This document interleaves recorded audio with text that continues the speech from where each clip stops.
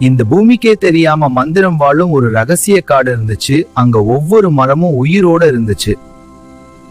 அந்த காட்டுக்கு பக்கத்துல ஆரி என்ற ஒரு சின்ன பையன் வாழ்ந்தான். சாதாரண பையன், ஆனா பெரிய கனவுகள். ஒரு இரவு வானம் திடீர்னு பிரகாசிச்சது. ஒரு நீல ஒளி பூமி நோக்கி பறந்தது. பயம் இருந்தாலும் ஆரியின் மனசுல ஆர்வம் ஜெயிச்சது. அவ அந்த ஒளிய தொடர்ந்து காடு உள்ள போனா. அங்க ஒளி வீசுற ஒரு நிலாக்கள். அது மெதுவா பேச ஆரம்பிச்சது.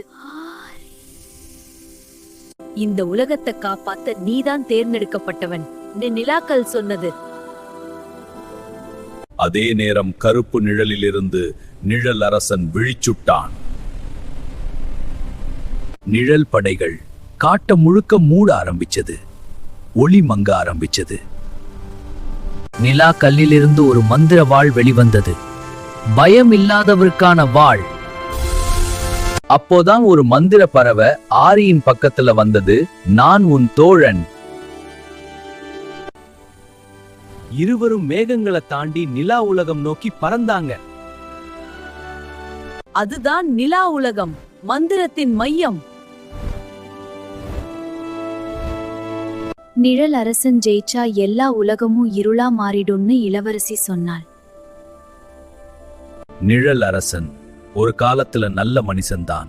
கோபம் அவனை இருளாக்கிச்சு. ஒளியும் நிழலும் கடைசி முறை மோத ஆரம்பிச்சது. இது உன் முடிவு.